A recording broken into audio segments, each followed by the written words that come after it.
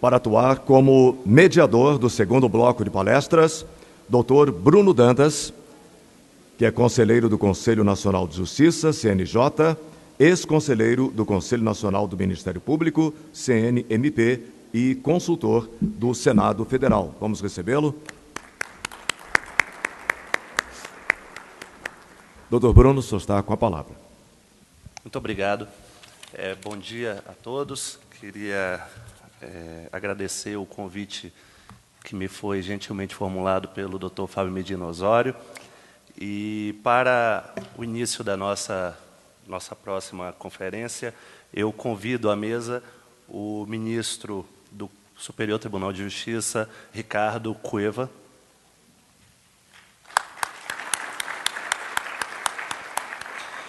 E convido também o superintendente-geral da CVM, o doutor Alexandre Pinheiro dos Santos.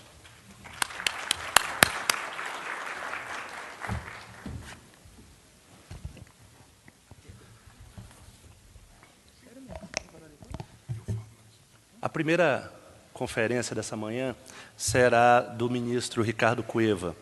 O ministro Ricardo Cueva é mestre pela Universidade de Harvard, doutor pela Universidade de Frankfurt, ministro do Superior Tribunal de Justiça, foi conselheiro do CAD, foi procurador da Fazenda Nacional e falará sobre tipicidade sancionatória do óbice à fiscalização, isonomia do tratamento dos administrados no direito administrativo sancionador.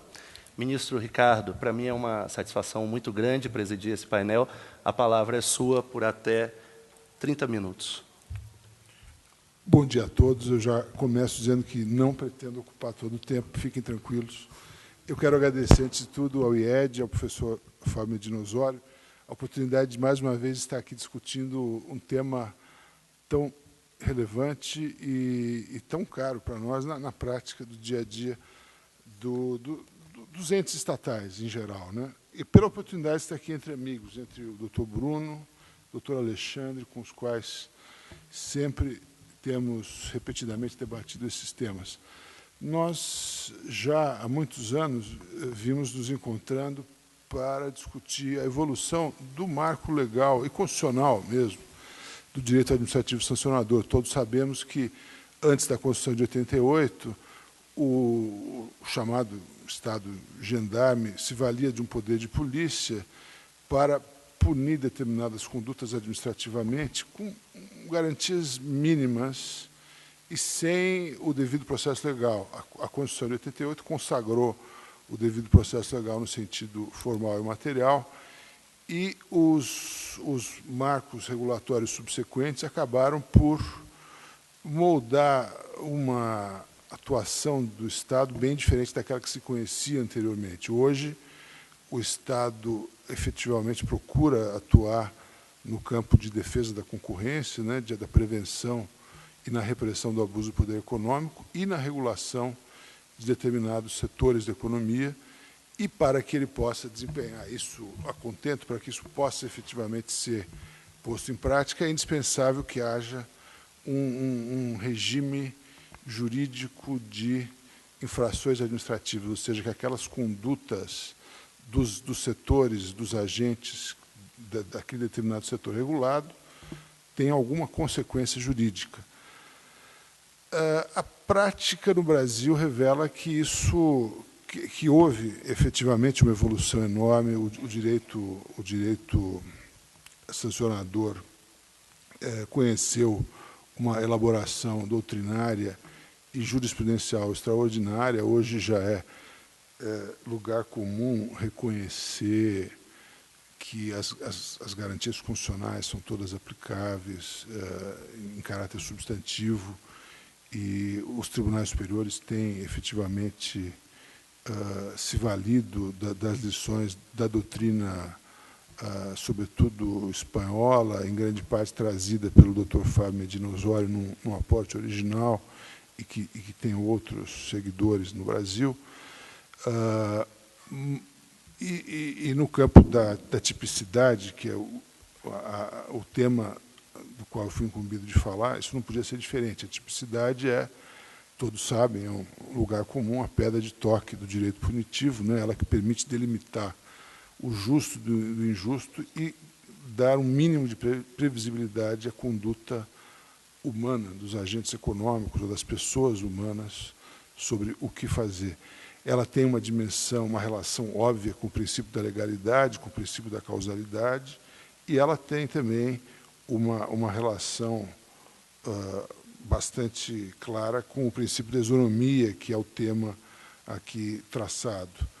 É claro que se determinados agentes forem punidos em detrimento de outrem, ou se forem punidos em demasia, sem nenhuma medida, isso necessariamente afetará o desempenho econômico de todos aqueles que atuam em determinado setor da economia. Mas me parece que esses são truísmos e que seria interessante avançarmos para uma discussão que me parece que já é tempo que se trave no Brasil de maneira bastante mais consequente do que hoje. E eu me refiro aqui à necessidade de avançarmos além da lei do processo administrativo. Todos sabemos que temos a Constituição, temos a lei do processo administrativo, uma lei de caráter nacional, temos algumas leis estaduais esparsas, temos uma disciplina legal fragmentária das infrações e das sanções administrativas nos diversos setores, né? Isso vale para a defesa da concorrência, vale para a CVM, para o mercado de capitais, vale para a área do Banco Central, para os setores regulados, cada um com sua lei própria, mas temos uma prática caótica ainda, né? Todos os depoimentos daqueles que militam nesses diversos setores mostram que não só a efetividade dessas sanções é muito pequena, que as agências não têm desempenhado a contento esse papel punitivo, tanto do ponto de vista do consumidor, que esperaria ter uma resposta mais adequada para as suas aflições do dia a dia, que não é preciso nem falar do setor de telefonia, né, e das agruras dos consumidores, mas do ponto de vista das garantias mesmo constitucionais aos administrados também, que, obviamente, isso não pode ser negligenciado. A lei do processo ela deu um quadro geral, a lei do processo administrativo, né, a lei 9789, deu um quadro geral muito genérico para um processo administrativo não necessariamente punitivo, e deixa muitas questões em aberto. Uma delas foi tratada recentemente num livro do Dr. Alexandre, e é um debate permanente, é a reformatio impégios, né? Isso é um anátema na teoria do direito e no direito penal, e, no entanto, no Brasil, nós temos, em alguns setores, aplicado a reformatio impégios por conta de um defeito de redação da lei do processo administrativo. Essas e outras questões fazem com que seja muito oportuno que nós, finalmente, comecemos a debater a conveniência e a oportunidade de adotarmos no Brasil uma lei nacional que trate do regime geral das infrações administrativas. Um exemplo que nós poderíamos seguir, embora não copiar, porque os sistemas são diferentes, seria o regime geral das contraordenações em Portugal. Essa lei, na verdade, é um decreto-lei de 1982, decreto-lei 433, e é interessante consultar na internet, não só o texto da lei, como o seu preâmbulo. Ela surge calcada fortemente na lei alemã das Ordnungswidrigkeiten, né, que seriam as infrações administrativas, um diploma de 1968 na Alemanha, e já no preâmbulo do decreto-lei português se vê bem que a necessidade desse regime geral de contraordenações ou de infrações administrativas se justifica em face dessas transformações no Estado moderno, que é um Estado intervencionista e, além disso, é um Estado regulatório, né, que começa a abolir certas condutas criminais e passar a se valer muito mais de infrações punidas com multas ou coimas na linguagem adotada em Portugal, bem com algumas sanções extraordinárias, como certas interdições de direitos, ou mesmo interdições de atividades ou estabelecimentos, mas sempre, obviamente, no ramo, no quadro geral de um, entre aspas, pequeno direito penal. Não é? Quer dizer, nós estaríamos aí já, então, definindo um campo do direito que não apenas se vale dos princípios gerais do direito penal, mas que procura efetivamente normatizar aquilo, criar regras práticas, objetivas de conduta que definam exatamente o que pode ou não ser objeto de uma infração administrativa. E a lei é muito elucidativa, ela já começa pela definição da infração administrativa como todo fato ilícito e censurável que preencha um tipo legal no qual se comine uma coima, uma multa. Logo em seguida, o princípio da legalidade estrita é afirmado de maneira inquestionavelmente, assim como o princípio da anterioridade da lei punitiva. A definição do momento, lugar da prática do ato, do fato, a responsabilidade das pessoas jurídicas também é tratada de maneira muito clara e límpida. O elemento subjetivo dolo e negligência também é claramente afirmado, afastando, portanto, a questão da responsabilidade objetiva, a não ser que ela seja expressamente prevista para determinados tipos de ilícito que exijam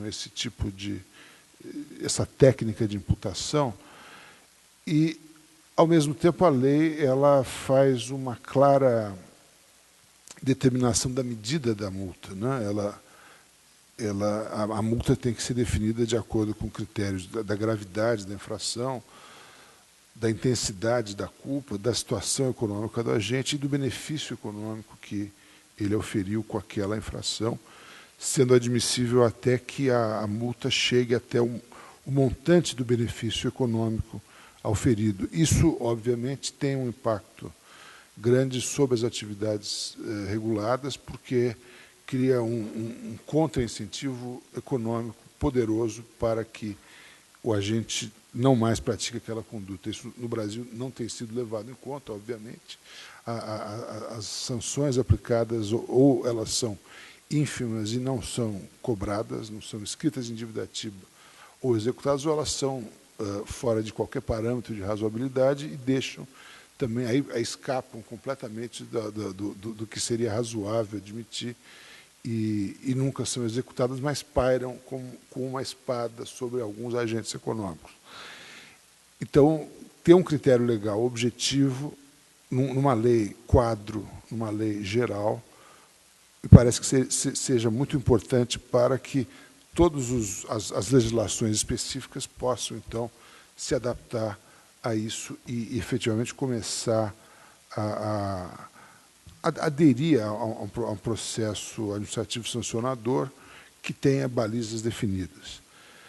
Do mesmo modo, uma definição de sanções acessórias, como essas interdições de direito a que me referia, e como até mesmo o fechamento de estabelecimentos ou fábricas ou questões, pode ser uma questão muito interessante. A definição também do concurso de infrações e de crime é uma questão que mereceria um debate também mais aprofundado. O nosso regime brasileiro do duplo sancionamento infracional, administrativo e criminal, ele tem levado a alguns paroxismos, né? O judiciário é notoriamente lento, a administração também. Há uma postergação muito grande, em alguns casos, para a definição das penas aplicáveis a determinados crimes imputados a agentes econômicos, quando aquilo também constitui infração econômica. Na prática, é comum ver que a materialidade de determinado ilícito, que depende de uma evidência técnica, fica a cargo de uma decisão condenatória ou absolutória da autoridade administrativa que fez a investigação. Em Portugal, adotou-se uma solução diferente. Se aquele mesmo fato constitui infração e crime e for tratado como tal, será somente aplicada a pena relativa ao crime e não à infração administrativa. E, por fim, claro, também há uma proibição expressa, inequívoca, a reformácio impégios, que já não era sem tempo a ver no nosso ordenamento. E uma questão muito importante, que, na prática, eu acho que deveria ser enfrentada sem delongas também, que é a necessidade, não diria de um contencioso administrativo, que no Brasil é quase um tabu, desde que a ditadura tentou, no pacote de abril, criar um tipo de contencioso administrativo, logo em seguida repelido, mas um tipo de controle judicial ou de sindicabilidade judicial das decisões condenatórias em processos administrativos sancionadores que seja minimamente razoável. No Brasil, na verdade, nós temos um longo processo administrativo sancionador, normalmente dotado também de um recurso, ou mais de um recurso administrativo, e um controle judicial que começa do zero. Começa no primeiro grau, segundo grau, e, frequentemente, o STJ é chamado de terceiro grau indevidamente, quando a questão não vai parar no Supremo. Então, nós temos aí delongas, intermináveis situações que, historicamente, são até difíceis de entender, num país que mudou de contexto, teve 6 moedas em 20 anos.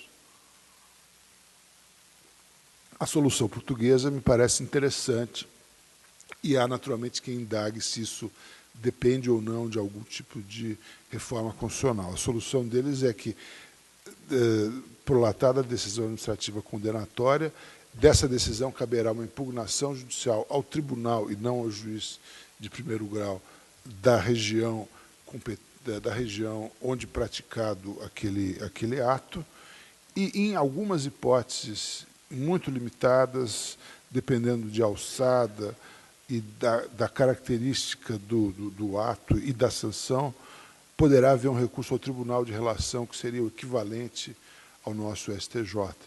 Então, é uma situação interessante em que há controle judicial, há sindicabilidade plena do ato administrativo, mas isso é feito dentro de determinados limites de razoabilidade. Essa é uma questão que sempre se põe no Brasil, no CAD, por exemplo, onde atuei por 4 anos, que depende de uma análise complexa e técnica do ilícito concorrencial, e muitas vezes isso recomeça do zero, com perícias e exames longos perante o juiz de primeiro grau. Será que não convém, finalmente, propormos uma minuta de lei que trate de todos esses temas?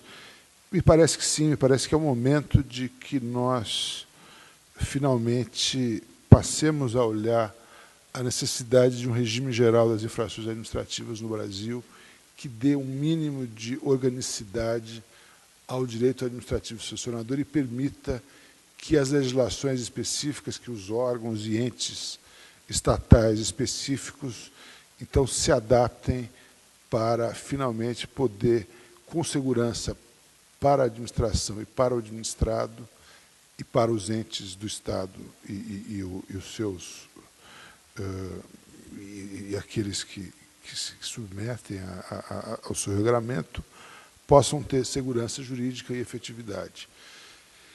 Essa última questão da competência para apreciar a impugnação judicial, ela talvez dependesse efetivamente de uma reforma constitucional, mas ela poderia entrar na agenda de debates, me parece que é oportuno e que é razoável que se faça isso, porque, em se tratando de ilícitos administrativos que dependam, como nos casos da CVM, do Banco Central, do CAD, de tantos outros, de uma análise técnica exauriente, supor que o judiciário possa, em duplo grau de jurisdição, fazer isso, repetir essa análise, seria demasiado. Então, mais uma vez, eu gostaria que essa minha breve intervenção fosse tomada mais como uma provocação para que possamos discutir o tema, eventualmente aparecer com uma minuta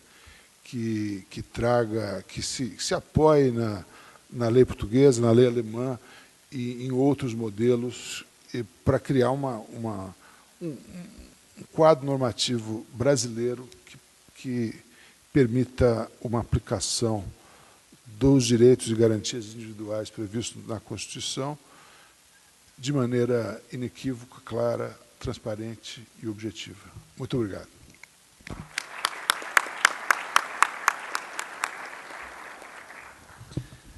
Eu cumprimento a brilhante exposição do ministro Ricardo Cueva, que vem se notabilizando no Superior Tribunal de Justiça como um magistrado preocupado com as consequências econômicas das decisões que o Poder Judiciário adota.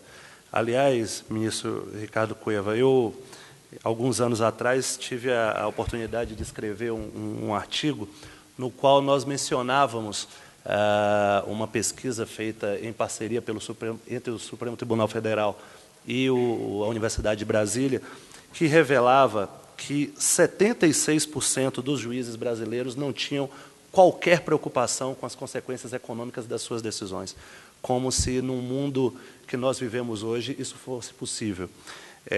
A pesquisa a que foram submetidos os magistrados, consultável, isso foi em 2005, portanto, já tem algum tempo, certamente esse amadurecimento da nossa magistratura vem sendo numa linha crescente, mas foi apresentada aos magistrados a seguinte afirmação: as decisões judiciais devem ser orientadas pelas consequências econômicas que delas decorram, e aí, portanto, 76,3% dos juízes entrevistados discordaram frontalmente.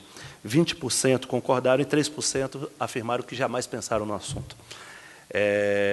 Certamente, esse diálogo que estamos fazendo no Brasil entre direito e economia, entre aplicar a Constituição, aplicar as leis, mas enxergando as consequências das decisões judiciais, principalmente na economia do país, é uma contribuição muito grande que vem sendo dada por magistrados como Vossa Excelência, que no Superior Tribunal de Justiça tem se esmerado tanto em mostrar aos seus colegas na Corte que as decisões do Judiciário não podem viver numa bolha isolada do mundo.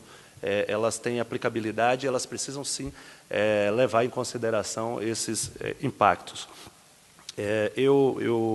Enquanto ouvia a sua exposição, me recordava que quando a emenda constitucional número 45, que, dentre outras coisas, criou o Conselho Nacional de Justiça, quando essa emenda foi promulgada, um dos dispositivos que se fez inserir no rol de competências do Supremo Tribunal Federal foi justamente a linha R do artigo 102, inciso 1, dando ao Supremo Tribunal Federal competência para julgar as ações contra as decisões do CNJ e do CNMP.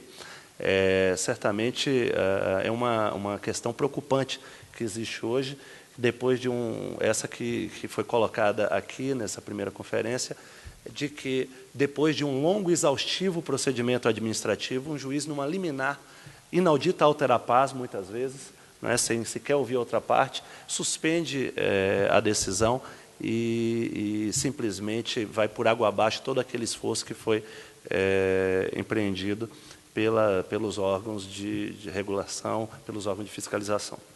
Então, nesse contexto, é extremamente bem-vinda a contribuição, a provocação que nos foi lançada, e eu gostaria, sinceramente, de ter acesso a essa minuta de projeto de lei, se é que ela já existe, para que nós possamos, eventualmente, levar ao ambiente do Congresso Nacional, para que esse debate seja iniciado lá no Congresso Nacional, e aí sim as contribuições que possam chegar já aconteçam no ambiente institucional adequado. Então, eu renovo o agradecimento pela sua exposição.